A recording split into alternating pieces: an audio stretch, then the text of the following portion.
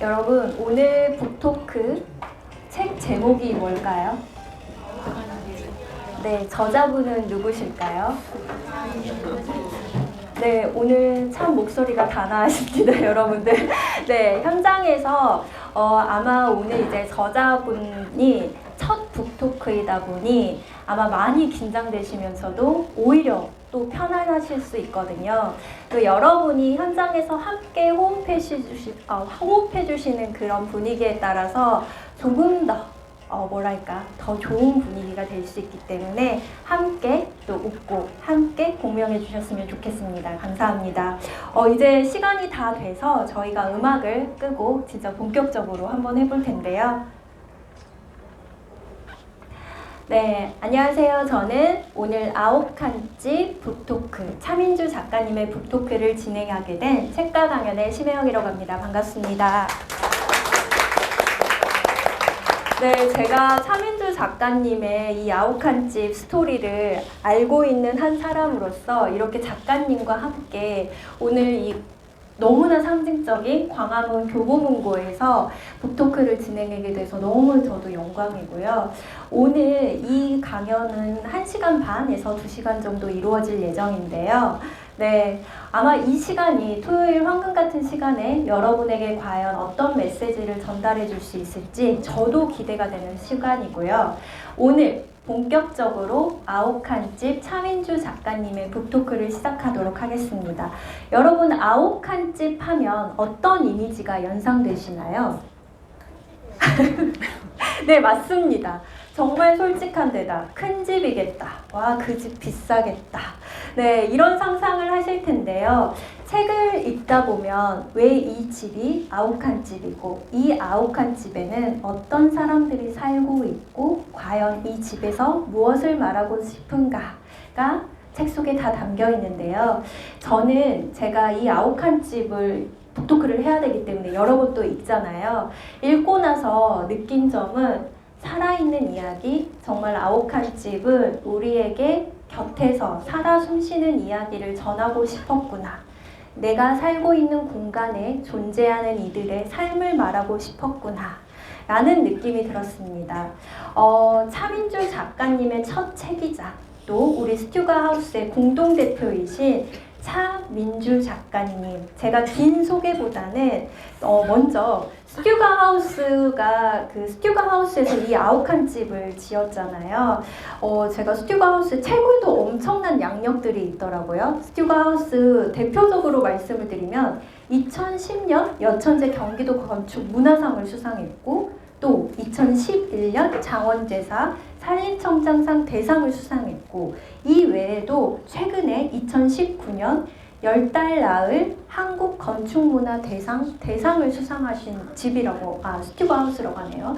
또 너무나 멋진 9칸집은 대한민국 목적 건축 대전 최우수상을 수상한 그런 아름다운 집입니다. 여러분, 9칸집은 단지 주택이고 9칸이라는 넓은 집의 의미뿐만 아니라 아마 우리나라를 대표하는 정말 아름다운 목조주택, 목조건축의 그런 상징적인 의미를 또 오늘 함께 이야기할 수 있을 것 같은데요. 그러면 드디어 오늘의 주인공 차민주 작가님을 소개하도록 하겠습니다. 뜨거운 박수 부탁드립니다.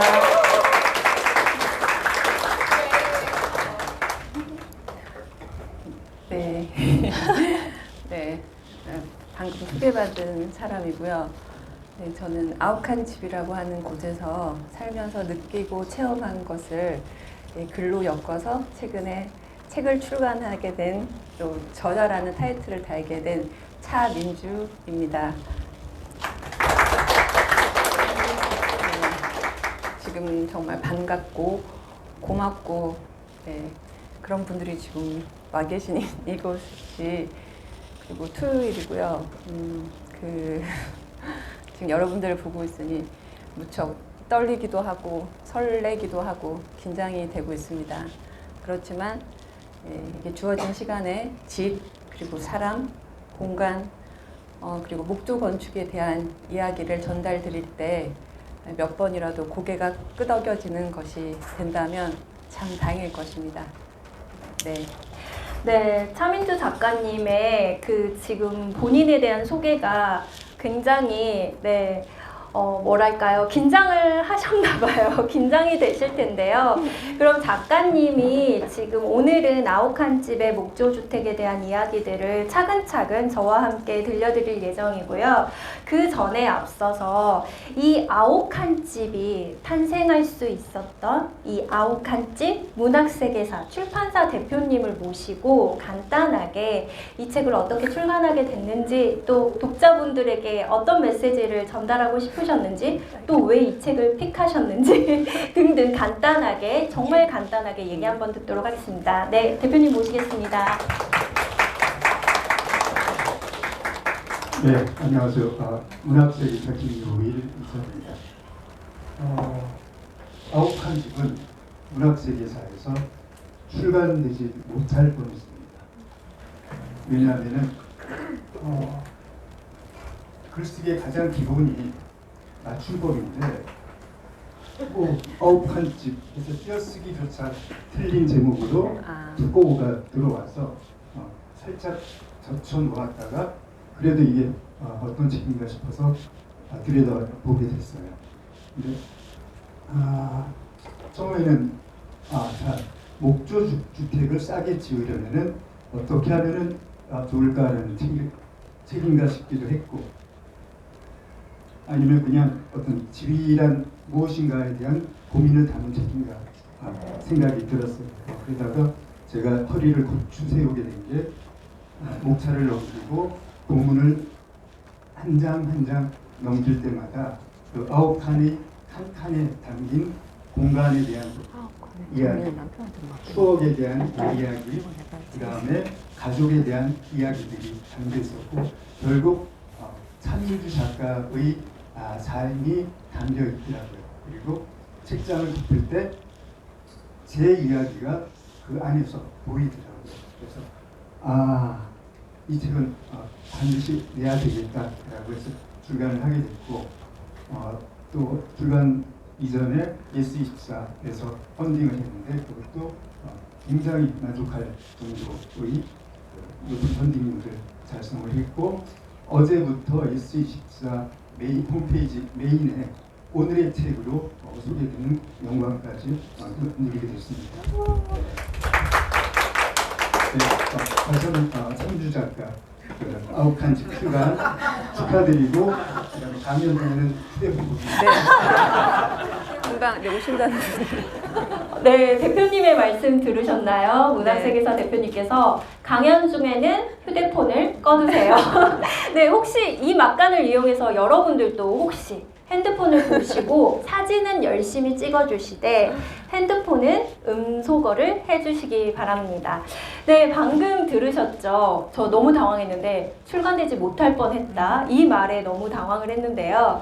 네, 여러분은 지금 우리 대표님께서 허리를 고추 세우게 된 원고 혹시 책 읽고 오신 분 계신가요? 네, 아주 훌륭하십니다. 그러면 오늘의 저희 이야기가 그 책, 그 내용 어디에 있었지를 알 수 있을 정도로 저희가 책 속 이야기와 함께 차민주 작가님의 집에 대한 철학, 삶에 대한 철학을 들어보도록 하겠습니다. 저는 첫 프롤로그부터 너무 좋았는데요. 집은 내 삶에 관한 것이고 당신의 삶에 관한 것이며 시간이 거쳐갈 무수한 삶에 관한 것입니다.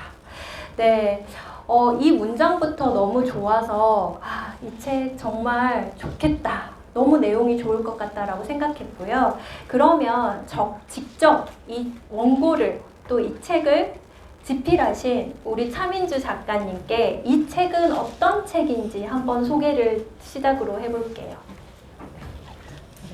네,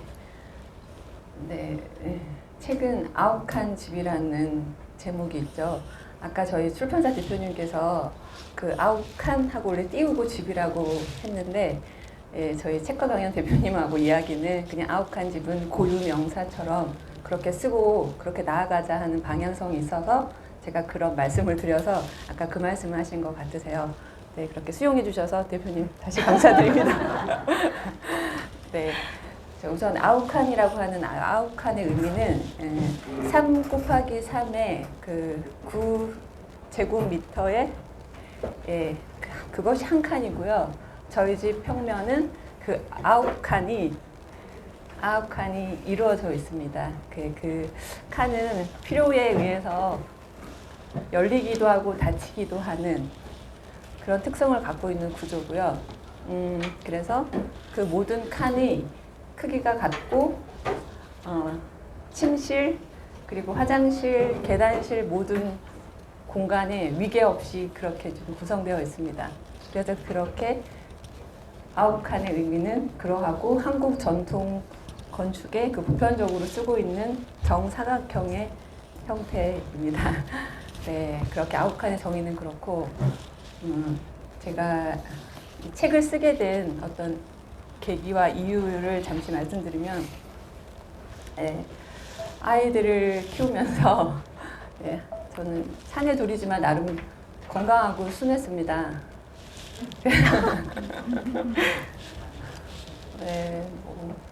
남편 일도 순조로웠고요. 그러면서 그리고 집도 지었고요. 정말 좋은 집도 지었고 대출은 늘었지만 집도 짓게 되었고요. 그런 인생에 대해서 되게 그 나이브한 낙관을 가지고 그렇게 살고 있었어요. 그러던 어느 한 1년 반 살다가 코로나가 창궐했습니다. 코로나의 창궐과 더불어 저희 회사 그리고 제 주변에도 여러 가지 이제 좀 어려운 일이 닥쳤죠. 현장에 되게 오래 있었던 직원들이 다 퇴사를 하고 그리고 위기투합해서 같이 무엇인가를 하고자 했던 동업의 어떤 사람들이 균열이 일어나고 가족에서도 조금 누군가가 아프기도 하고 그런 일들이 일어났습니다. 금리는 올라서 갑자기 부담해야 될 경제적인 것도 일어나고 그래서 그때는 저희 큰애 돌반지도 막 팔고 제가 그러고 잠깐 살기도 했었습니다. 그런 어느 되게 평범한 어떤 날이었고요. 겨울이었어요. 저희 집 뒤쪽에서 북한산으로 이어지는 길이 있는데 그쪽을 뚜벅뚜벅 걷고 있었어요. 그러다가 책과 강연의 이정훈 대표랑 통화가 연결이 되었어요. 제가 회사에 관련된 일로 이런 기획이 필요하다고 했더니 곧이어서 두 대표님이 멀지 않은 시간에 9칸 집에 나타나 주셨습니다. 남편과 긴 이야기를 오고 가고 있었고요. 그 이야기 중에 아파트는 다른 사람이 기획하고 만들어 놓은 곳에 우리가 맞춰 살고 있다라는 얘기를 합니다.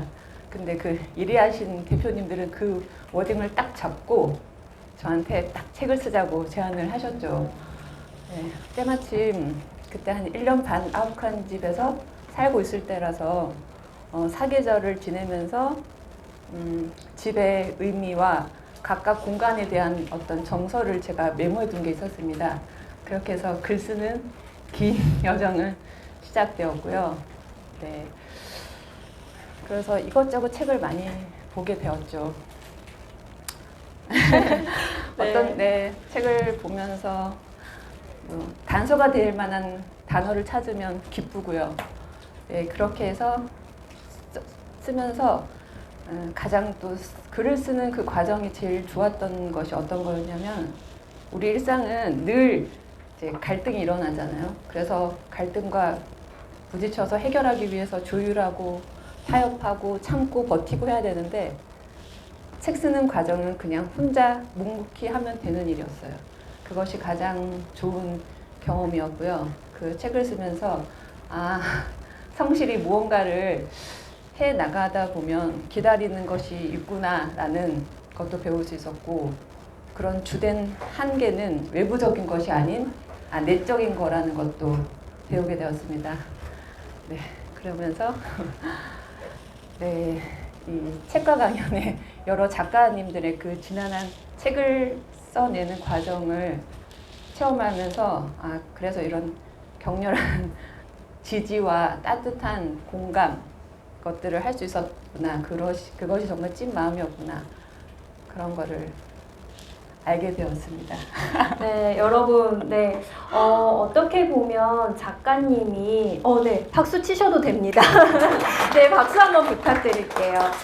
아마 정말로 우리가 도시에 살면서 대부분 익숙한 공간은 아파트잖아요. 아파트이고 직접 차민주 작가님도 결혼 초기에는 아파트에서 큰아이를 낳고 둘째까지 낳을 무렵 좀 어느 정도 키우시고 이사하신 거잖아요. 네, 아마 우리가 아파트에 살면서 느끼는 부분들이 있을 거예요. 넓은 공간, 깨끗한 공간이지만 어느 집에 들어가도 여기 내 집이구나 이럴 정도로 정말 일률적이라고 볼 수 있어요. 근데 저도 차민주 작가님 아욱한 집에 방문했을 때 와, 도시에 이런 공간이 있구나. 정말로 부러웠던 게 이런 공간에 있으면 정말 창의력이 안 생길 수 없겠다. 그래서 아마 이 책이 더 저는 문장들이 와닿았던 것 같아요. 문장들도 와닿았고 이 공간에 사는 사람이 어떤 생각을 하고 사는지가 너무 궁금해지는 책이기도 했어요. 작가님이 지금 말씀하셨지만 이 글을 쓰기 전까지는 아마 사람에 대한 그런 뭔가 실망감도 있을 것이고 코로나로 인해서 발생할 수밖에 없었던 어쩔 수 없는 어려움들도 있었을 것이고 또 우리가 흔히 요즘 대출 없는 사람 있나요? 없으신 분 손 들어보세요. 네, 맞아요. 부럽네요. 대출 없는 부럽네요. 네. 있어요? 저도 있어요. 네. 대출 없이 이 도시에서 살아가는 게 참 어려운 시대잖아요. 그런데 막상 뭔가 현실적으로 어려운 부분들이 닥치면 내가 의존할 때 의지할 곳 무엇이 있나? 사람, 공간. 책을 읽으면서 알았어요. 아, 공간이 어떻게 보면 정말 우리 삶의 의지가 되고 있고 그 공간에 사는 사람들이 만들어가는 거구나 라는 생각을 하시면서 우리 차민주 작가님의 고민들이 조금 이번 책이 대박나면서 더 잘 됐으면 좋겠다라는 생각도 들었고요. 그러면 작가님 글 쓰시면서 가장 좀 힘드셨던 순간은 언제셨을까요? 글이 안 써질 때? 글이 안 써질 때 진관사로 산책을 많이 하셨나요? 네, 그렇죠. 네. 네, 아욱한 집의 그 주변에 보면 산책로가 굉장히 많아요. 모든 사계절을 보면서 느끼면서 산책을 하는 시간, 작가님은 또 어떻게 이 순간을 즐기셨는지 편하게 말씀하시면 됩니다.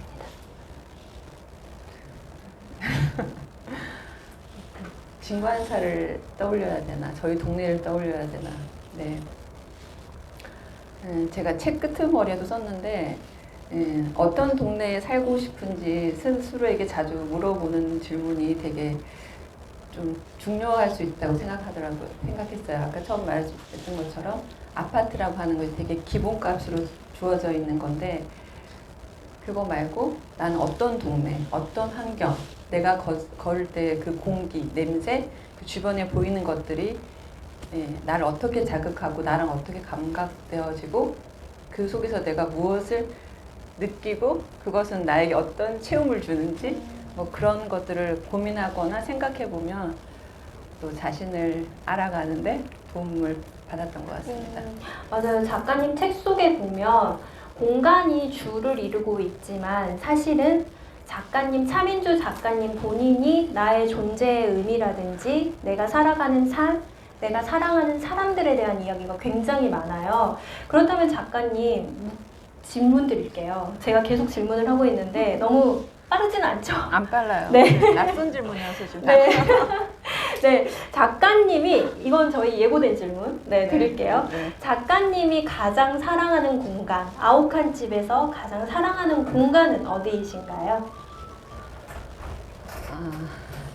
제가 사랑하는 공간은 그 시간대가 있는데요. 한 오후 4시에서 해가 저희 집 거실이 해가 되게 길게 들어오는 그 시간대에 그 마룻바닥에 누워있는 그 공간, 그 면적, 거기서 바라보는 느낌? 그걸 좋아합니다. 네. 거기서 저희 집이 이렇게 수공간이 있는데 수공간에 빛이 비추어서 이렇게 천장이 어른어른 걸리는, 일렁거리는 그런 장면이 있어요.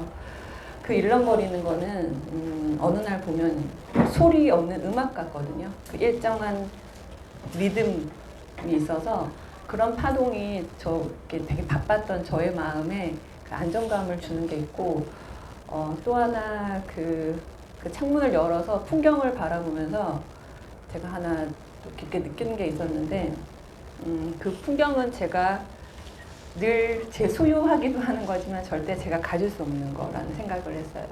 저의 삶의 일부이긴 하죠. 제가 그 공간을 바라보니까. 그래서 제 삶의 일부기도 하지만 그건 절대 제가 컨트롤할 수 없는 거라는 거. 그래서 저는 그거를 종종 바라보면서 인생의 어떤 많은 부분이 수용하거나 거부하거나 그렇게 조율해야 되는 그 벌어지는 일상과 비슷하다, 그런 것들을 풍경을 보면서 느꼈고, 그래서 제가 좋아하는 공간은 해가 지는 4시 이후에 그 마루에서의 비워져 있는 그 거실에서의 그 공간의 감을 좋아합니다. 네, 해가 지는 여러분 지금 상상해 보셨으면 좋겠는 게요. 이 책 속에 거실에 사진이 있긴 한데 정말 창호 틈으로 햇볕이 이렇게 쫙 작가님의 공간을 채우더라고요.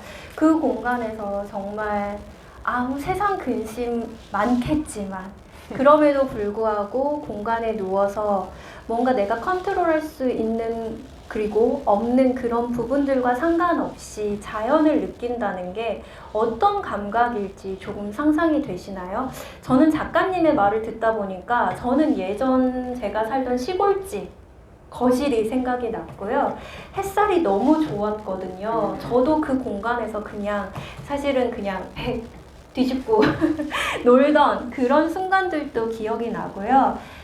정말 공간이 주는 의미와 또 그 공간에서 살아가는 한 존재의 이야기가 조금은 우리들에게, 이 도시에 사는 우리들에게 한 번쯤 생각해 보게 될 메시지인 것 같은데요. 작가님은 그러면 그 4시에 혼자 있을 때 주로 어떤 일을 하세요? 멍 때리기. 멍 때리기. 또 음악 듣는 거 좋아하시잖아요. 네, 음악을 들을 때는 아무도 없을 때 듣습니다. 아무도 없을 때요? 네. 특별한 이유가 있으실까요? 저는 좀 이렇게 노이즈에 좀 취약한데 그 음악만 듣는 걸 좋아합니다. 그래서 저는 BGM을 별로 안 좋아하거든요. 그래서 음악을 꽉 차게 제대로 그때 집중해서 그 음악을 몰입하는 걸 좋아합니다. 책 속에도 그런 얘기가 나오거든요. 명상이란 무엇인가를 어떤 스님께 질문을 했더니 그 책 속에는 카페에서는 그 커피 마시는 것에만 집중을 하고, 또 우리가 책을 읽을 때는 책 읽는 것에만 집중하고, 지금 현재 우리가 이 강연에서는 이 강연에만 집중하고 있다 라는 게 바로 명상인데요. 그럼 여기서 어디 우리 독자분들께서 얼마나 우리 차민주 작가님의 얘기를 잘 듣고 계신지 한번 제가 퀴즈를 내볼게요. 차민주 작가님이 가장 싫어가 아니라 사랑하는 시간은 몇 시라고요? 오후 4시.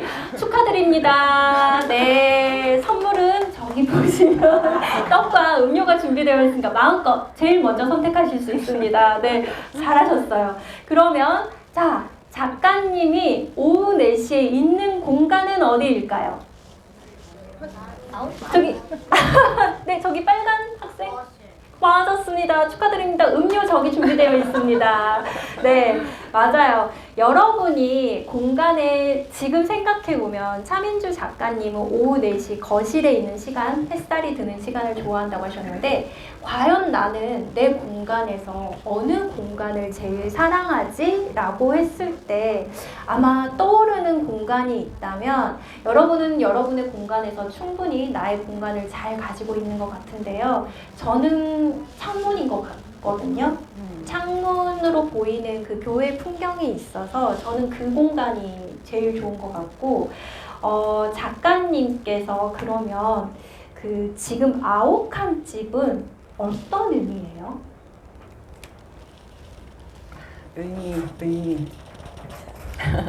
의미. 네.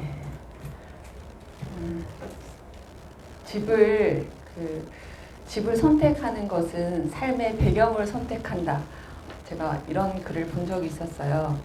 참 인상 깊었고 이렇게 와닿는 말이었죠. 그 선택, 우리의 삶의 총체적인 어떤 거를 지배하는 것이 선택인데요. 그 선택은 감정에 의해서 결정이 되고 그 감정은 기억에 의해서 큰 영향을 받는다라고 합니다. 그리고 아욱한 집에서 살고 글을 쓰면서 저에게 되게 중요한 키워드가 기억이더라고요. 기억.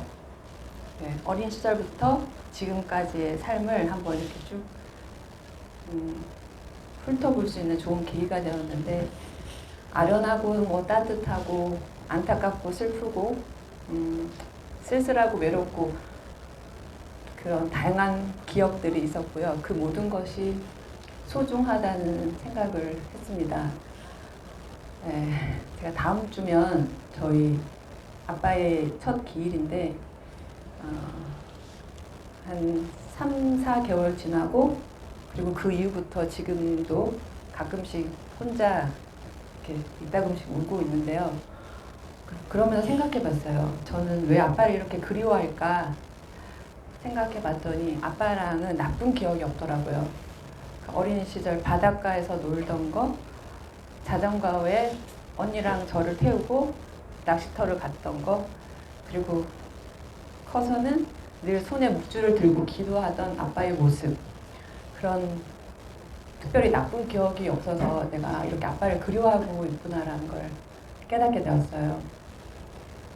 그러면서 그 좋은 기억이 없으면 아무리 부모가 죽어도 슬프지 않을 수 있고, 같이 산 강아지가 훨씬 더 그 죽음이 큰 슬픔이 될 수 있다라는 거죠. 그러면서 좋은 기억이 많아야 좋은 충동, 그리고 좋은 것을, 욕구를 일으킬 수 있다라고 또 알게 되었습니다. 그래서 저에게 집의 의미는 기억입니다. 박수 부탁드릴게요. 네, 기억이라는 의미가 집의 가장 큰 의미라고 해주셨는데요. 작가님께서 지금 약간 뭉클하실 수도 있는 부분이긴 하지만, 작가님이 한참 이 원고를 쓰실 때 작가님의 아버님께서 돌아가셨었죠. 네. 그런데 그때 작가님이 매우 힘들어 하시다가도 어느 날 마음을 다잡을 수 있었던 건 사실은 이 아욱한 집에 사는, 함께 사는 사람들의 그런 힘이 있었을 것 같아요. 기억이라고 하셨는데요. 작가님의 그 어린 시절 살던 공간에는 늘 아빠가 있었고, 또 외할머니 이야기도 나오시고 삼촌 얘기도 나오지만, 아마도 그때 그 시절을 함께한 작가님의 어린 날에 그런 행복했던 기억이 더 많았기 때문에 작가님이 저는 이 집이라는 공간에 대해서 내가 사랑하는 사람들과 아이들에게 좋은 기억을 남겨줘야겠다라는 생각도 하셨을 것 같아요. 그러면 이쯤에서 작가님이 일요일마다 가족의 특별한 의식이 있대요. 책 속에 나와 있는데요. 아이들이, 작가님에겐, 차민주 작가님에게 두 아들이 있거든요. 네, 차민주 작가님에게 두 아들이 있는데, 이 아이들이 아침에는 엄마에게 커피와 계란 후라이와 또 냉장고에 있는 야채를 플레이팅해서 엄마에게 갖다 준대요, 여러분. 너무 놀랍지 않나요? 정말 이렇게 스윗한 아이들이 있을 수 있을까라는 생각이 드는데요. 아닌가요? 네. 네, 스윗하지는 않다. 네. 그러면, 정말로 그 아이들의 이야기가 나오면서 저 그 문장이 너무 좋더라고요. 때로는 모르는 게 더 아름다울 수 있어 라는 말을 남기기도 한 동의군 맞나요? 네. 동의군일까요? 네. 아이들이 이 공간에 대해서 함께 살아가는 그런 기억들이 정말 특별할 것 같기도 하고, 제가 가장 인상적이었던 것도 집에 놀러 갔는데 정말 그냥 자유롭게 뛰어노는 거예요. 위칸 아래칸을. 와, 이 공간에서 사는 아이들, 이 공간이 이 아이들에게 어떤 의미일까도 너무 궁금해서 오늘 마이크를 한번 직접 넘겨볼게요. 아까 엄마보다 더 안 떨고 말을 잘하던 우리 동희 군인데요. 동희 군, 오늘 엄마가 아욱한 집, 제가 듣기로는 엄마 책 언제 나와요? 엄마는 언제 작가가 되나요? 라고도 늘 물어봤다고 하던데, 오늘 어떤 기분이고 엄마 좀 떨지 말고 잘하라고 한마디 해주고 아오칸집에 사는 동의군의 삶 어떤지 궁금해요. 너무 어려운 질문이에요. 아닐까? 아니, 할 수 네, 있어요. 할 수 있다. 네.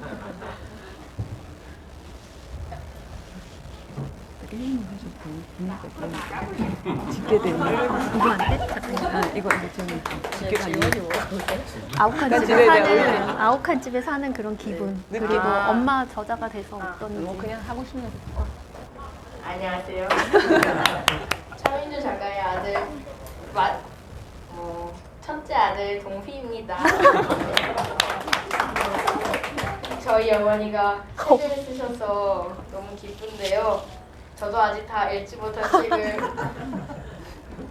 강영하는 우리 어머니가 너무 자랑스럽고 우리 엄마가 이렇게 책을 쓴다는 거는 쉽지 않은 일인데 이거를 쓰고 사람들한테 이 책이 팔린다는 것 자체가 저마저도 기쁩니다. 이거 해야지.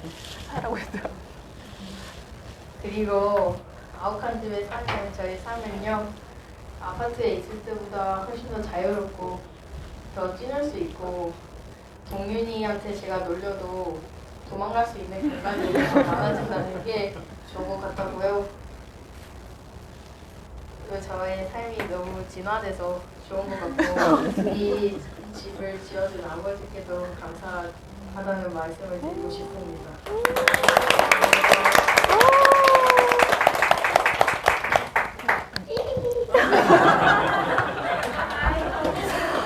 네, 이 집을 지어준 아버지께 감사하던데 저 너무 뭉클해가지고 정말 최고의 멘트였습니다. 네, 그러면 우리 동윤이는 아욱한 집에 사는 기분이 어떤지 한번 말씀해 주실 수 있을까요? 좋은지, 좋은 기분. 좋은 기분. 아, 맞아요. 책 속에도 늘 엄마와 아빠와 형과 함께여서 이 아욱한 집이 더 좋다라고도 했던 것 같은데요. 네, 그러면 진짜로 저는 작가님께 이렇게 행복한 공간을 어떻게 짓기로 결심을 하셨던 거예요? 네. 네. 네. 시작은 뭐 충분히 예상 가능한 층간소음이었습니다. 저도 아파트에 살고 전 2층이었고요. 1층에 다행히 아는 분이 살았지만 두 녀석이 뛰기 시작할 때는 이제 감당이 안 됐던 것 같아요. 그렇지만 그때는 또 막상 저도 육아에 막 바쁜 일상을 보내고 있을 때라서 뭐 땅을 보러 다닌다거나 그럴 만한 여유는 없었어요. 근데 어느 날 남편이 그 수지에 그 이유학교 그 학부모들이 모여 있는 마을이 있는데 그 집에 그냥 방문차 가야 된다고 해서 아이들 둘 데리고 같이 따라갔어요. 따라갔고 그 집은 여전히 목조주택이었고 그랬는데 저는 그 집에 들어가서 아이들 다칠까봐 꽁분이 줄줄줄 쫓아다니고 있었죠. 그러더니 어떤 남학생이 그 집 아들이었어요. 그 집도 아들 둘이었는데 남학생이 오더니 엄마한테 엄마 배고파 이러는 거예요. 그러면서 나타난 거죠. 이렇게 코스염 좀 나 있고 여드름 좀 나고 뭐 그러는 거예요. 근데 한 고1, 중3 이쯤 돼 보이는데 표정이 어둡지 않았어요. 우리 동네에서 아파트에서 보던 애들이랑 표정이 좀 다른 거예요. 그러고 있는데 우리 아이 머리를 쓱 이렇게 만지더니 귀엽네? 이러고 쓱 올라가는 거죠. 역시 걔들도 말은 짧았습니다. 네, 그러고 있는데 그 사모님께서 저한테 대뜸 어서 집 지으세요 이러시는 거예요. 그래서 제가 왜요? 이랬더니 아이들 사춘기가 있고 아이들과 갈등이 생길 때 공간의 분리가 되는 거가 정말 큰 도움이 됐다는 거예요. 아파트 평면에서 살 때는 자주 마주쳐야 되는 것들이 있는데 일체적인 2, 3층에 나누어져 있는 공간에서 있다 보니 각자의 시간을 보내고 각자 그러면 마음을 누구들이 와서 그렇게 나타나면 그런 것을 잘 넘길 수 있었다라고 얘기하시더라고요. 진짜로 많이 와닿았고요. 그러면서 이제 동네 돌아왔고 동네 저희 집 땅에 어디 갔다가 정말 그 동네에서 그랬나 봐요. 햇살이 너무 좋고 여기에 집 지을 수 있겠다라는 딱 확신이 들으면서 저희 땅을 계약하게 되고 집을 짓기 시작했습니다. 네, 근데 그 집을 하마터면 계약을 못할 뻔한 사건이 있었다고 하더라고요. 네. 거기가 이제 SH에서 단독주택 단지를 101개를 쪼개서 파는 거였어요. 근데 제가 딱 살려고 했을 때는 5개밖에 안 남았었어요. 근데 5개 중에 1-2개는 병원 앞에서 조망걸 완전히 다 가리고 있고, 지금 저희 집은 하나 남았는데 뒷집에 이렇게 별난 아줌마가 이렇게 살고 계셔서 사람들이 다 겁내서 그 땅을 안 샀던 거예요. 그 원주민 같은 사람 있잖아요. 그분이 살고 계셔서 안 팔리고 있었죠. 근데 어느 날 여튼 남편하고 이런저런 얘기하다가 그 땅을 사고 싶었는데 거기 사무실에 전화했더니 네 그러면 그때 금요일이었어요. 그럼 월요일 날 오세요 그랬더니 네 이러고 끊었는데 갑자기 전화가 다시 온 거죠. 왜 그랬더니 어떤 사람이 그 땅을 계약하러 온다는 거예요. 지금까지 별 소식 없다가 내가 그러면 저 계약금부터 넣을게요 그랬더니 계약금이 먼저가 아니고 계약서를 사야 된다는 거예요. 근데 금요일 오후였어요. 그리고 거기 사무실은 송판가 거기였거든요. 너무 막 마음이 급한 거예요. 그 남편이 전화했죠. 나 미팅 있는데 여보 제 끼고 뛰어 제가 그랬어요. 근데 평소에 느려가지고 제가 너무 걱정이 되는 거예요. 정말 걱정이 되었어요. 엘리베이터를 누르는 거 뭐 등등등. 둘째 얘를 안고 정말 뭐 불안하고 있었는데 전화가 딱 왔어요. 그 계약서 쓰려고 책상에 딱 앉았는데 그 다음에 하겠다는 사람이 바로 뒤통수에 서 있었다는 거예요. 그 정말 2분만 늦었어도 저희가 이 땅을 갖지 못했습니다. 네. 네, 그러면서 나는 이 땅의 주인이다라고 네. 마지막 문장을 끝내주시는데요. 네, 너무 부럽습니다, 주인님. 네, 차민주 작가님이 방금 말씀을 하시면서 정말 아욱한 집에 어떻게 보면 주인이 되지 못할 뻔한 아슬아슬한 그런 에피소드가 있었는데요. 차민주 작가님이 정말 그 책 속에 주인공 차민주 작가님 못지않게 이분이 저는 주인공 같기도 한데요. 바로 우리 스튜바우스 대표님이세요. 네, 차민주 작가님의 살짝 에피소드, 러브스토리를 제가 말씀드리자면 만난 지 4개월? 4개월 만에 결혼을 하셨대요. 너무 신기하지 않나요? 이건 분명 운명일 거야 라는 생각이 드는데요. 근데 여기서 잠깐 정말 급작스러운 건데 네. 저희를 연결해 주신 분이 저 뒤에 오늘 갑자기 오셨습니다. 누구요? 어떤 분이세요?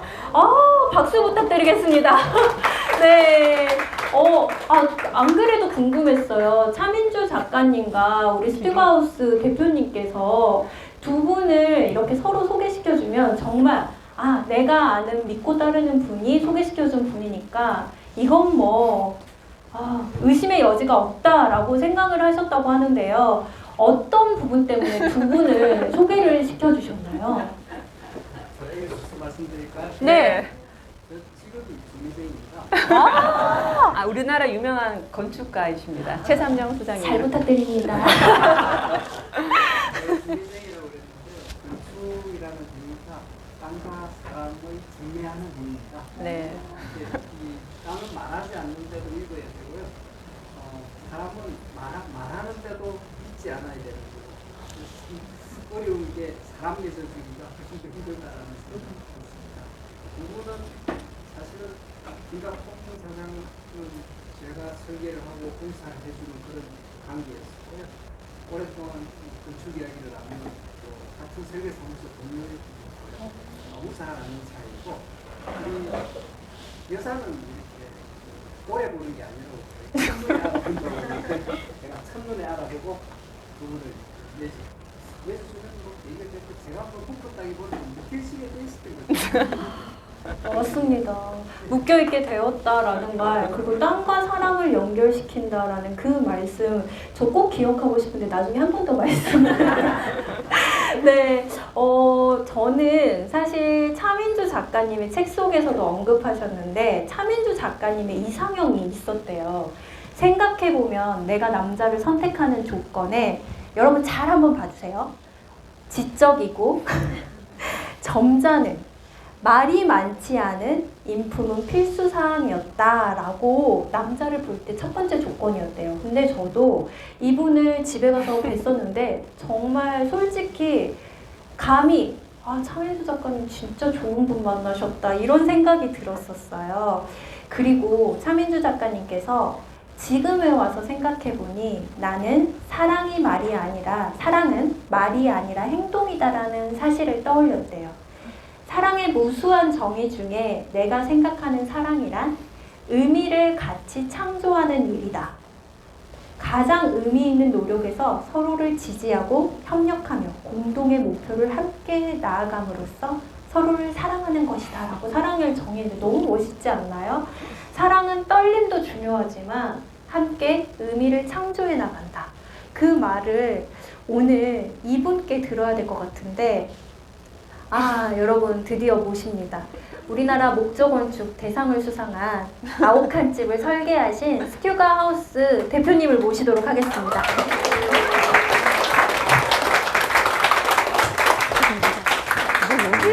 여기 앉으세요. 여기서 이러시면 곤란합니다. 네, 여러분 땅과 사람 맞죠? 땅과 사람이 연결시켜준 인연 두 분을 모셨는데요. 스튜가 하우스의 공동 대표님이시 다시 한번 부탁드립니다. 박수 부탁드립니다. 제가 묻고 싶은 건요. 첫 번째는 진지한 얘기부터 할게요. 대표님이 좀 오래 자리에 앉아 계셔야 될 수도 있는데 괜찮으실까요? 빨리 내려가고 싶어요. 네, 말이 없으신 분이시긴 하지만 오늘만큼은 아내분의 이 아오칸집 축하를 위해서라도 조금만 더 견뎌주시기 바랍니다. 네, 대표님께 궁금한 게 있었어요. 건축의 수많은 형태가 있지만 또 건축을 기존의 큰 회사에서도 계속해서 설계하셨지만 왜 하필 목조 건축을 선택하셨나요? 우연한 기회에 처음에 설계 사무소에서 근무를 하고 있었어요. 그러다가 우연한 기회에 목조 건축을 접했는데 처음에는 신기하고 재밌었죠. 그러다가 목조 건축 설계를 했었으니까 어떤 목조 건축이 처음 시작될 때 모델을 개발해달라는 요청을 받고 그러면 한 1년 정도 그런 모델을 개발을 해보겠다라고 시작을 했는데 옆에서 얘기해주는 짓는 과정을 보니까 이거 너무 재밌는 거예요. 그리고 설계를 할 때는 제가 설계를 하지만 설계 기간도 길었고 그게 결과물로 나타나서 보여질 때는 몇 년이 걸리거든요. 그리고 그게 제가 가볼 수 없는 지역에서 알아서 지어지고 있고 저는 다른 설계를 또 하고 있었거든요.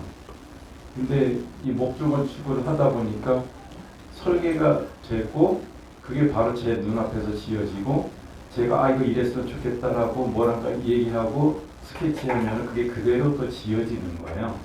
그리고 그게 얼마 안 가도 실물로 나타나고 거기에 건축주가 입주를 하니까 건축주와의 아이 컨택하면서 집을 지을 수 있다는 게 너무 매력적이더라고요. 그래서 소규모 건축을 하게 됐는데 그러면서 목조 건축을 공부하다 보니까 이거 사실은 콘크리트보다는 집 짓기는 좀 까다로운데 좀 챙겨야 될 게 좀 꽤 많습니다. 그래서 까다로운데 사람 살기엔 참 좋은 집이구나 하는 걸 발견하게 돼서 그게 건강하게 그러니까 요즘 지구 환경을 많이 얘기해서 지구 환경한테도 좋은 영향을 미치지만 그거보다는 우선적인 거는 그 안에 사는 사람이 건강하게 살 수 있는 집인가 하는 걸 확인하면서 그러면은 목조 건축으로 하면서 좀 어려운 문제는 어떡할까? 그러니까 여기 건축가도 와 계시지만 건축가들이 설계한 집은 콘크리트 집을 많이 설계했기 때문에 그쪽으로 설계를 하시면 쉽죠. 그래서 그렇게 해서 설계하신 걸 다시 목조로 환원해서 디테일을 풀어서 집을 짓다고 되게 어려운 수가 더 많은데 근데 그렇게 됐을 때 그 안에 사는 사람은 굉장히 좋겠다라는 확신이 있었기에 철근 콘크리트도 물론 지금도 시공을 하고 있는데 목조를 위주로 시공을 하고 있습니다. 네, 목조는 사람이 사람이 살기에 정말 좋은 주택이다라는 그런 건축이다라고 말씀을 해주셨는데요. 그러면 책 속에 이제 우리 대표님께서 쓰신 글들도 있어요. 첫 번째 에피소드가 함께 사는 사람에 대한 이야기인데, 목조 건축으로 아욱한 집으로 이사를 오면서 우리 저자분이신 차민주 작가님의 성격이 온순해지고 네, 음성, 억양도 2톤 정도 다운이 되고 사람이 너그러워졌다라고 쓰셨더라고요. 네, 대표님 그러면 아파트 살 때 차민주 작가님은 어떠셨나요? 네, 오늘만 솔직하게 말씀해 주시면 됩니다. 너무 이렇게 텐션 좀 조정해서. 예, 여기 출생지부터 극과 극이거든요. 아내는 포항이고 저는 강화도예요. 그러니까 우리나라에서 보면 대각선을 가장 먼 그런 위치에 있었고 성격도 완전 반대예요. 그러니까 굉장히 빨리 달아올랐다 꺼지는 거였고 그런 와중에 저는 아직도 그 온도가 아직 안 올라가는 상태로 좀 굉장히 느리거든요. 그래서 그런 것에 처음에 맞추는 게 굉장히 서로가 힘들었던 것 같고요. 저보다는 더 힘들었을 거예요. 왜냐하면 저는 그런 거에 대해서 크게 스트레스 안 받았으니까. 어떠셨는지 아파트에서는? 아파트에서 그렇게 했는데 이쪽 단독주택으로 이사로 오면은 여백이 많아졌다 그럴까요? 아파트는 굉장히 효율적이고 주어진 공간을 굉장히 100% 사용하는 그런 공간이라면은 단독주택은 그나마 좀 여유 공간들이 만들어질 수가 있고요. 그 다음에 뭐 밖에 공간, 마당이라는 더 여유 공간도 있어서 그런 여백들이 상당히 많거든요. 그러니까는 서로 부딪힐 일이 있을 때는 살짝 피할 수 있는, 숨을 수 있는 공간도 꽤 있어서 그러면은 한번 이렇게 다운해서 그 다음에 같이 나는 이랬어, 그런 거였어 라고 뭐 이렇게 화해할 수 있는 순간도 생길 수 있는 것 같고요.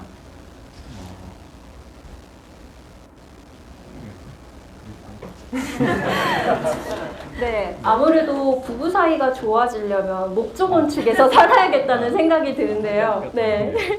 한 가지 더 말씀드리고 싶은 거는 이거는 사례조사로부터 왜 그 사례조사가 있고 그게 왜 그러지라고 밝혀내는 과정에 있는 것이 책으로 담긴 것들이 있는데 목조주택에 살면 아니면은 그 일본에서는 초등학교에 교실이 있는데 그 교실을 목조로 된 교실도 있지만은 그냥 목재로 마감한 교실도 꽤 많습니다. 그래서 그런 목조 교실에 있는 애들하고 아닌 애들하고의 그 차이가 뭔가를 비교해서 그 사례 분석을 한 게 있는데 그때 봤을 때 목조로 그러니까 목재로 마감한 교실에 있는 정도만 해도 애들의 폭력성이 줄고 그 다음에 그 감기에 잘 안 걸려서 그 출석률이 좋아진대요.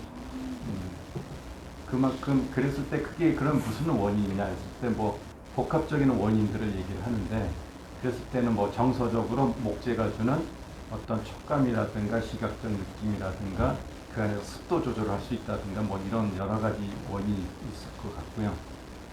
특히나 목조로 집을 짓게 되면은 자연 가까이 지으면은 새소리, 물소리, 바람소리 뭐 이런 여러 가지 자연의 소리 중에서 우리가 들을 수 없는 초음파 고음역대가 있다고 해요. 근데 그 고음역이 벽을 통과하면서 주파수가 바뀌는데 그게 알파파대의 주파수로 바뀐대요. 근데 콘크리트는 그거를 좀 많이 반사하는 경우가 되고 목조는 그 벽이 허술하기 때문에 그 통과되면서 알파파로 바뀐다고 하거든요. 그러나 알파파는 그 사람을 좀 편안하게 해주는 그런 효과가 있기 때문에 뭐 깊은 잠을 잘 수도 있고 그 다음에 이렇게 톤이 다운될 수 있는 그런 여건도 되는 것 같습니다. 네, 알파파 덕분이군요. 네, 진짜로 지금 우리 대표님 얘기를 들어보시면 굉장히 점잖으시고, 지적임이 느껴지시죠? 네, 전 목조 건축에 대해서 이런 의미와 이런 효과가 있구나는 사실은 처음 알았는데, 제가 한 가지만 더 질문을 드려도 될까요? 참여해 주셔서 괜찮으실까요? 네. 이거는 어떻게 보면 우리 스튜가우스라는 그 건축 사무소, 건축 회사에 저는 같이 어떻게 보면 대표님만의 철학이 궁금해요. 왜 원래 의사들도 자기 가족에게는 약을 함부로 짓지 않는다고 하잖아요. 저는 대표님께서 이 아오칸집을 그 누구도 아닌 자신의 가족을 위해서 짓고 또 직접 거주하고 있다는 건 그만큼 내 건축에 대한 철학, 자부심이 있기 때문이라고 생각을 하는데요. 어떻게 보면 이 아오칸집 덕분에 앞으로 이 책을 읽으신 분들이 목조 건축에 대한 그런 로망이 생길 것 같은데, 대표님만의 그런 건축 철학, 집에 대한 철학 혹시 있으실까요?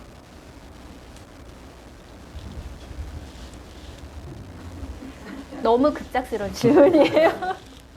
일단 시공할 때는 저희 직원들한테 반농담식으로 얘기하는 건 뭐냐면 이거 남의 집 짓듯 해라라는 말을 하거든요. 그러니까 내 집은 내가 고쳐서 살면서 고쳐서 살면 되기 때문에 어느 정도 그 원칙에 벗어난 그런 걸 허용해도 되거든요. 그래서 사실은 저희 집도 그런 게 있습니다. 지금도 내가 어떤 현상이 일어나면 이렇게 하면 되지 이런 걸로 해서 지은 것도 있는데 그만큼 집을 짓는 거에 대해서는 꼭 남의 집 짓듯이 지어야 된다는 생각을 하고 있고요. 그 다음에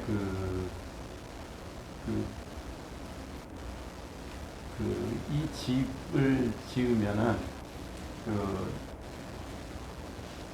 생활, 그러니까는 건축가들이 많이 하는 건 공간 디자인 굉장히 많이 잘 하십니다.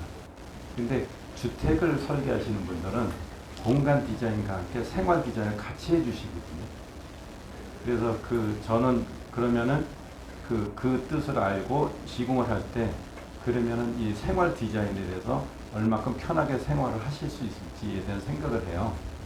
그래서 이런 의도로 이런 어떤 행동 패턴을 여기에다 반영했구나 하는 것도 느낄 수는 있는데, 또 한 가지는 그 외에 어떤 살면서 좀 불편하신 점들이 있을 수 있거든요. 어떤 집이라는 것도 나이를 먹으니까 문제가 생길 수 있잖아요. 그러면 제가 할 수 있는 거는 그런 일을 최소로 줄이자 하는 것들이고, 그 다음에 살짝 건축주들한테 거짓말하는 게 한 가지가 있거든요. 그게 뭐냐면은 그 집을 최대한 만족스럽게 만들어주고 싶은데 제가 노력을 해서 그 정도의 그 집을 지으려고 하고, 또 한 가지 살짝 거짓말하는 거는 이 집이 이래서 좋습니다라는 걸 좀 더 강조해 드려요. 그래서 생각에 따라서 어딘가 좀 삐뚤어지면은 저거는 삐뚤어졌기는 잘못됐어라고 할 수도 있지만 저게 자연스러운 의도일 수가 있거든요. 그래서 간혹 같은 경우에서 기둥들이 있는데 어디 보면은 기둥들이 하나가 자연목을 쓴 기둥도 있고 뭐 이상하게 삐뚤어진 게 일부러 의도하는 부분들이 있거든요.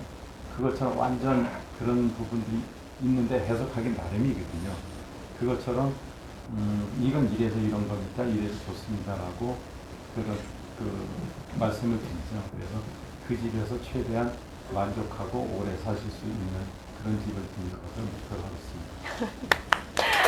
네, 대표님께서 정말 말씀을 또 잘 해주셨고, 지금 생각해보면 그런 것 같아요. 집이라는 공간이 해석하기 나름이고, 정말로 이 공간에 사는 사람들의 그런 빈틈조차도 허용할 수 있는 공간이 아마 목조 건축의 가장 큰 매력이지 않을까 싶은데요.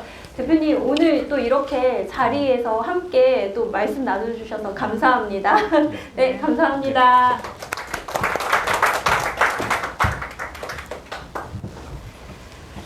네, 정말로 대표님이 점잖고 말이 많으신 좋네요. 네, 작가님에게 정말로 공간이 주는 그런 의미들을 또 함께 이야기 나눠보고 있는데요. 또 오래 기다리셨죠, 작가님? 네, 괜찮으신가요? 네. 마이크 드시고요. 작가님, 그러면 정말로, 제가 왜 정말로 이럴까 싶은데요. 왜냐하면 작가님에게 어떻게 보면 지금 이 질문을 드리고 싶기는 했는데 이건 조금 더 뒤에 드려야 될 것 같은데요. 만약 아오칸집에 작가님이 첫 번째 그 바램이 사람이 드나드는지 누구나 이곳에서 함께 기억을 만들어가는 공간으로 만들고 싶다고 하셨는데요. 작가님은 그러면 이 아오칸집에서 가장 행복한 순간, 사랑한 순간을 제외하고 또 어떤 기억들을 만들어가고 싶으세요? 저희 아이가 되게 힘들어하고 있는데. 네, 어떡해요. 동윤아, 괜찮아? 생생한 라이브 현장입니다. 네. 네. 그렇더라고요. 목조 건축, 그리고 저희 집이 그 특징이 목조 건축이잖아요.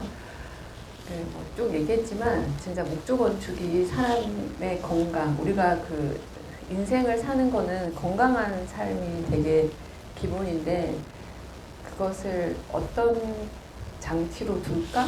뭐 그런 걸 했을 때 지금처럼 이렇게 큰 집은 아니어도 충분히 또 건강할 수 있는 집은 또 할 수 있거든요. 그랬을 때 여튼 아욱한 집에서는 어떤 바람이 있냐면 사람들이 많이 경험해 보는 거, 저희 집으로 오셔서. 그래서 저는 어떤 날은 처지도 사람들이 와서 같이 어울릴 때도 힘을 얻더라고요.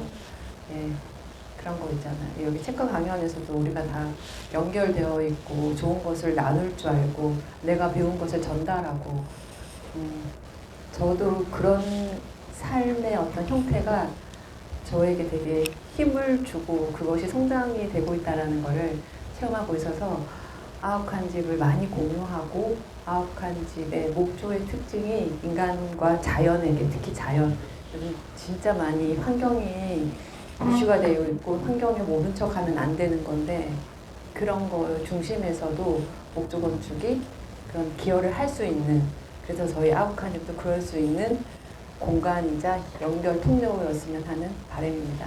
네, 박수 부탁드릴게요.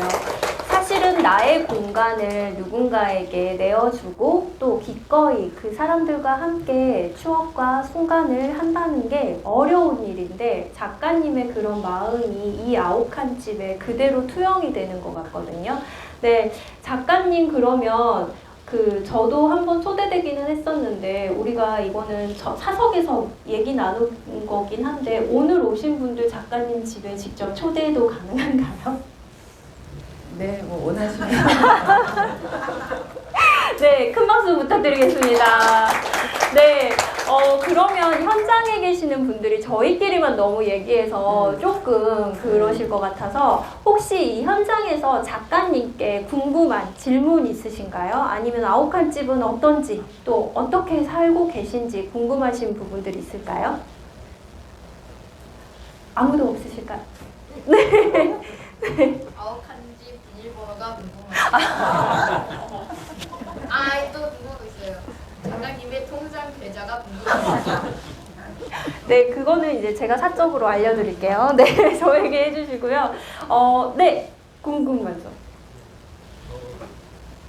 제가 아욱한 집을 만들기 전부터 이분들의 생활을 제일 많이 관찰해 본 사람이 한데 아이들을 동네에서 키워보고 이러면서 그 집이 이 아이들에게 과연 어떤 영향을 줄까? 동네 인과의 관계가 어떤 무슨 동선의 습관들을 썼어요. 네덜란드에 가면 스웨드 집행이라고 있는데 칩을 세계적으로 유명하고 그게 유네스코 문화유산이 되어서 많이들 찾아가는 집이지만 그 당시 그 집을 지었을 때는 그 집 딸에게 동네 사람들이 너희 집 저기지 그러면 자기 집이 아니라고 뭔가 독특함, 뭐 특별함 이런 것들이 왜 부담스러울 수도 있습니다. 이 집은 동네의 집들은 콘크리트 집들이 나무를 지은 집이 있어요. 나무를 지은 집이 동네 아이들에게 지금 동네와 동네가 동네 아이들과 이 집과의 관계가 어떨까?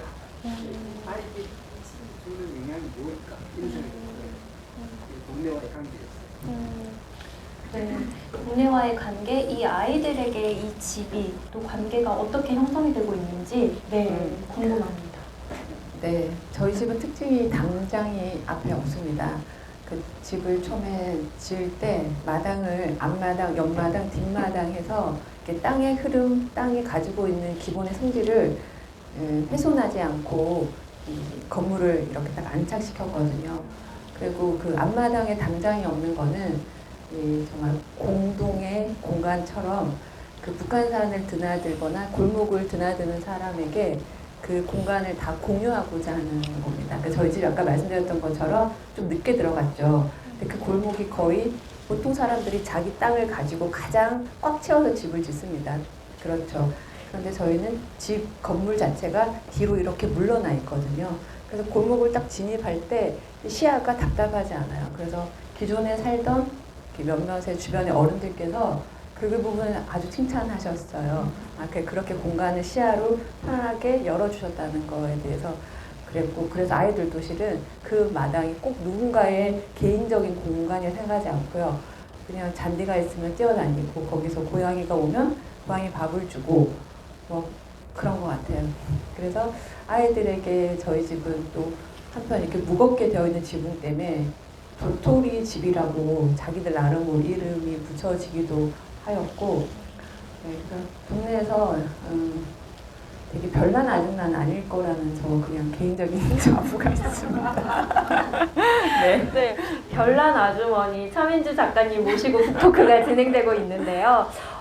정말로 공간이 주는 그 정서적인 감정이라는 부분들은 아마 이 도시에서 지금 현재를 살고 있는 아이들에게는 사실은 쉽지 않은 부분이긴 한 것 같아요. 아까 우리 스튜가우스 대표님께서도 말씀하셨듯이 일본에서는 교실 내부를 목조를 이용해서 지을 때 확실히 정서적으로 안정되고 그리고 훨씬 폭력성이라든지 이런 부분들이 줄어든다고 했었는데요. 작가님이 그러면 지금 이 공간을 예를 들어서 방송도 많이 하셨잖아요. 방송도 많이 하셨고 그 방송에서 뭐 출연진들이 이 공간을 어떻게 보고 계시는지도 직접 느끼셨을 텐데 정말 그 독자분들에게 목조 건축, 목조 주택을 추천하는 가장 큰 이유는 어떤 부분일까요? 네, 여러 번 말씀드렸지만 정말 건강과 가장 밀접하고 직접적인 영향이 있어서 그렇습니다. 네, 그 콘크리트 집은 일단 새 집 증후군 우리가 다 알고 있는 것처럼 후각이 둔감해지긴 하지만 그게 알게 모르게 포름알데히드는 저희가 조금 아는 그런 것들이 인체에 깊게 들어가서 그 면역 체계를 파괴하고 뭐 그렇거든요. 근데 목조는 정말 친화적이어서 인간에게 되게 이롭죠. 그런 이유가 가장 보편적이고 타당하고 기본적인 그 이유가 목조주택의 장점이자 추천을 하고 싶은 이유입니다. 네. 목조 주택에 살고 싶다라는 저 바람을 한번 오늘 가져보는데요. 작가님의 그 이제 저희가 목조 건축에 대해서 충분히 어떻게 보면 얘기를 한 것 같아요. 이 책은 사실은 목조 건축이 주이기는 하지만 정말 이 책에 담겨 있는 가장 핵심은 목조 건축에 사는 사람들의 이야기가 아닐까 싶은데요. 작가님에게 그 묻고 싶은 게 만약 인생의 어느 순간 가장 아름다운 순간을 만들 수 있다면 이 아오칸 집에서 어떤 시간? 딱 4시간밖에 없어요. 4시간밖에 없다면 누구를 초대해서 어떤 음악을 듣고 어떤 이야기를 나누고 무엇을 먹고 싶으실까요? 4시간에 가능할까요? 5시간까지 여유를 드릴게요. 꼭 누구 불러야 되죠? 네, 혼자는 안 돼요. 심형을 꼭 부를 거고. 감사합니다. 네. 글쎄. 무엇을 하면 좋을까요? 여튼 지금 당장 누군가를 꼭 불러야 된다고 그렇게 정확하게 호명할 수는 없고 그것을 저한테 주어진 시간을 제가 인지하고 있다면 슬프게 보내지 않을 것 같아요. 그냥 정말 슬프지 않게. 그래서 그곳에 계신 한 분 한 분과 정말 진심 어린 인사를 드리고 싶은 그런 마음이 있습니다. 우리는 정말 누군가의 다 사랑과 정성, 기도로 크는 것 같아서요. 그 모든 것들이 제가 받은 그 존재라는 생각 때문에 그런 감사한 그런 마음을 전하고 싶은 마음일 것 같습니다. 네, 왠지 여기에 계신 한 분 한 분을 다 초대할 것 같은 느낌이 드는데요. 작가님이, 저는 사실 다른 대답을 기대했었거든요. 어떤 분? 네, 저는 뭐 가족 이런 부분들을 기대했었는데, 네, 뭐 예상과는 다릅니다. 하지만 연결되어 있는 모든 사람 한 분 한 분을 소중하게 생각하는 작가님의 마음이 느껴졌고요. 작가님에게 또 이 책 속 문장이 너무 좋잖아요. 그쵸? 네. 네, 너무 좋은데 강요하고 있습니다. 막 제가 너무 좋아서 사실은 제가 이 책을 읽으면서 울컥했던 포인트들이 있었어요. 저는 이런 부분이 참 좋았는데 작가님은 이 문장, 책 아홉칸집에서 가장 좋아하는 문장 혹은 에피소드가 어떤 부분이신가요? 네. 예상 질문이어서 찾아놨습니다. 에피소드는 특별히 없고, 근데 참 신기한 게 제가 생각했던 부분과 그 심혜영 작가께서 생각했던 부분이 되게 일치한 거였어요. 그래서 그 부분을 그냥 한번 읽어보도록 하겠습니다.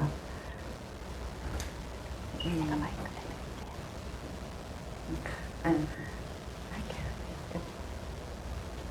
213쪽에 있는 부분이고요. 짧습니다. 가을 마당을 느낄 때면 나는 진심으로 운이 좋은 사람이란 걸 인정하게 된다. 흙으로 너저분했던 마당이 지금의 조경을 완성하고 난 뒤 가장 맵시가 나는 때가 가을이다.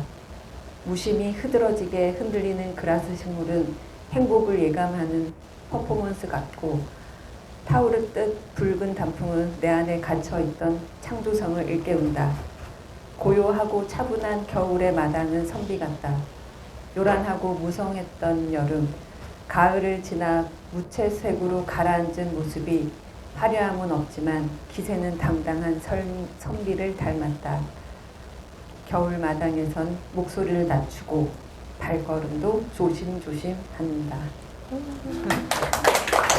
네, 저도 이 문장 참 좋았다고 작가님한테 말씀을 드렸는데 그 이유가 있어요. 왜냐하면 사람이 인생을 살면서 어떤 누군가 그렇잖아요. 내 인생, 나라는 사람은 참 운이 좋은 사람이야. 이런 감정을 느끼는 사람들이 과연 몇 프로나 될까요? 사실 생각해보면 아홉칸집에 산다는 자체도 운이 좋지만 굳이 아홉칸집이 아니어도 우리는 충분히 운이 좋은 삶을 살고 있는 건 아닐까라는 생각도 해보게 되는 구절이었습니다. 작가님, 저희가 벌써 4시 13분인데요. 혹시 이 현장에서 작가님께 궁금한 질문 있으시면 저희가 질문을 한 분께 더 받도록 할게요. 궁금한 점 있으실까요? 네, 정순규 작가님. 책을 읽으면서 여러 가지 장점들에 대해서 많이 설명을 해주셨거든요. 부작용이라든지 그다음에 목재 건물이지만 잘 타지 않고 친환경적이고 유해가스를 낭비한다. 여러 가지 장점들을 표현해 주셨는데 그 중에서 그 장점 중에서 본인께서 생각하시는 가장 큰 장점 한 가지만 꼽으라면 어떤 것일까요? 목조주택의 장점은? 네, 목재 집 살고 계시는 그 네, 집에 나무 향기가 지속적으로 계속 난다. 그것이 가장 큰 장점입니다. 네, 오늘 반나절만 제가 외출했다가 들어와도 그 향기가 정말 편안합니다.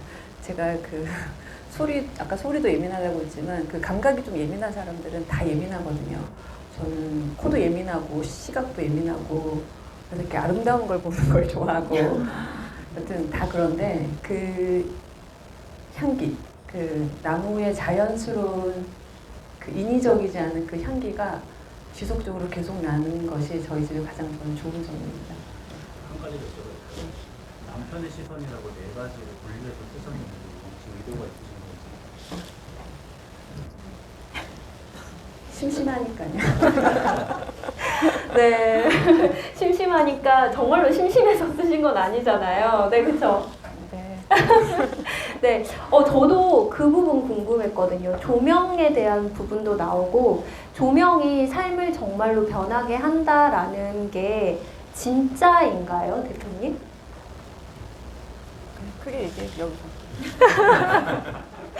왜냐면 그 아오칸집에 가보시면 정말 조명이 은은하고 자연 채광으로 이루어졌다라는 느낌이 강해서 저도 형광등과 백열등의 차이를 어떻게 보면 더 인지하게 됐던 것 같아요. 그래서 제가 사실 오늘 아침에 한 번 더 내 방에 그 백열등과 그 형광등을 바꿔야겠다라는 생각까지 들었는데요. 대표님, 정말로 백열등으로 바꾸고 난 이후 제 삶이 변하는지 저도 한번 1년 뒤에 한번 찾아뵙도록 하겠습니다. 딱 꼬집으셨는데 그 백열등이 아니라 백열등 색인데 그게 오타가 생겼어요. 아, 네네. 그래서 요즘에는 백열등은 없다. 백열등이 아니라 백열 백열등에서 나오는 원래 색깔 그 색깔로 했을 때 자연스럽다는 거고 그게 간접적으로 나오니까 자연스러운 거예요. 오타가 있는 네, 일부러 그런 건 아니고요. 네, 조명이 삶을 변하게 한다라는 부분도 꼭 기억해 주시고, 여기 오늘 참석해 주신 분들도 우리 집 조명은 과연 지금 어떤가도 한번 생각해 보시면 좋을 것 같습니다.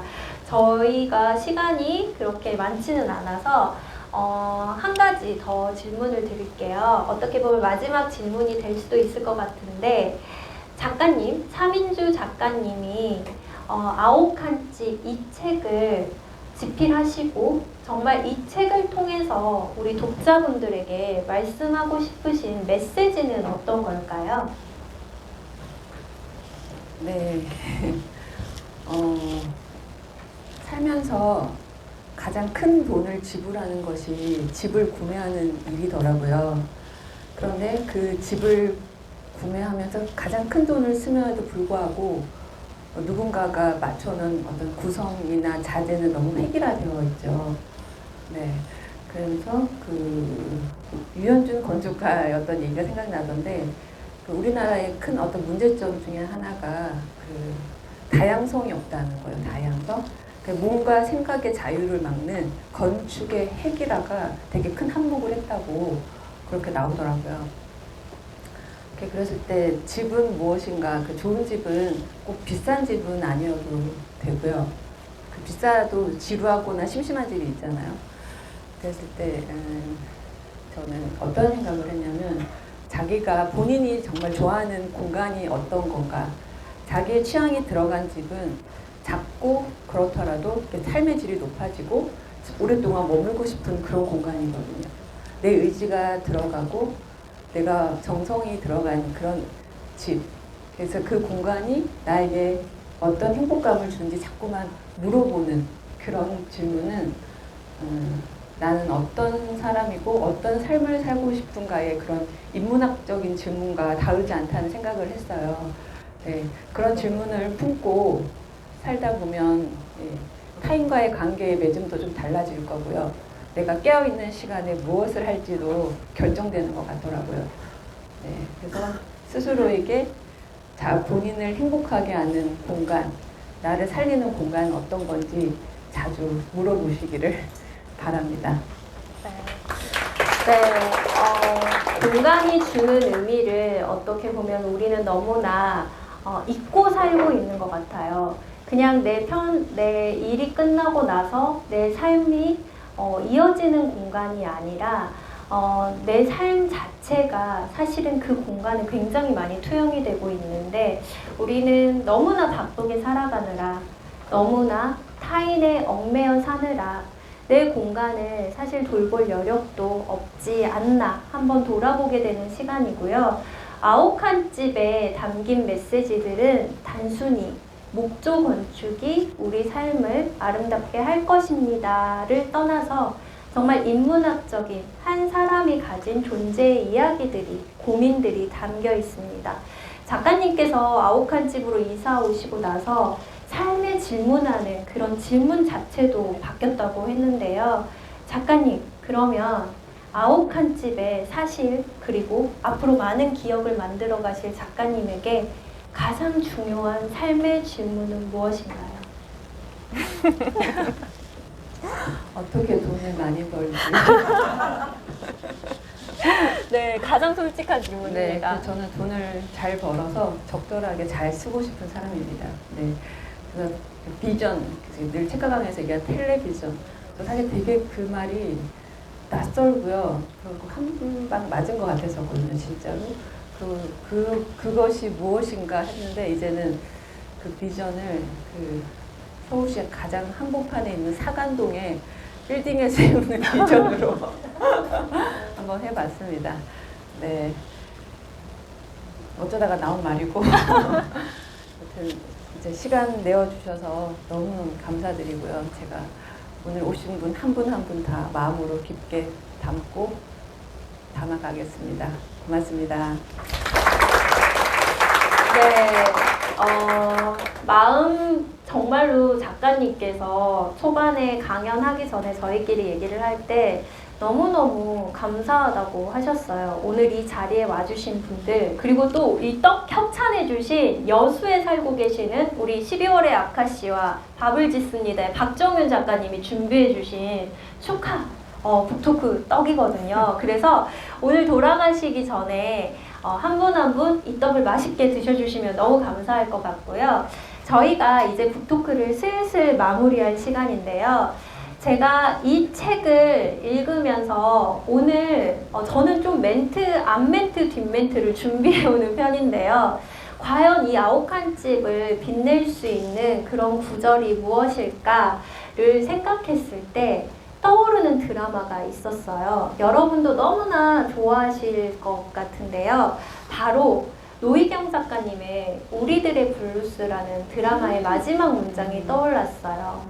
아욱한 집에 사는 공간, 그리고 아욱한 집이 갖는 의미, 그리고 아욱한 집을 방문하는 사람들의 숨결과 이야기, 또 아욱한 집에 살아가실, 계속해서 행복을 이어가실 우리 차민주 작가님과 김갑봉 대표님, 그리고 우리 아이들의 삶이 행복하길 바라면서요. 또 이 글을 읽으실 독자분들에게 전하고 싶은 마지막 메시지는요. 우리는 이 땅에 괴롭고 불행하기 위해 태어난 것이 아니라 오직 행복하기 위해 태어났다는 것. 모두 행복하세요.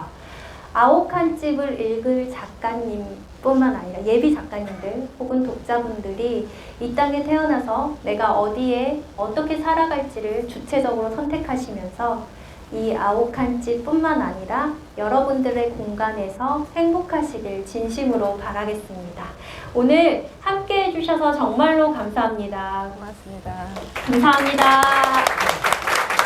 네, 저희가 저자 사인회가 계속 진행될 예정인데요. 현장에서 책을 구매하셔서 오늘의 아욱한 집 직접 차민주 작가님께 저자 사인을 받으실 수 있습니다. 오늘 정말로 감사했습니다. 감사합니다.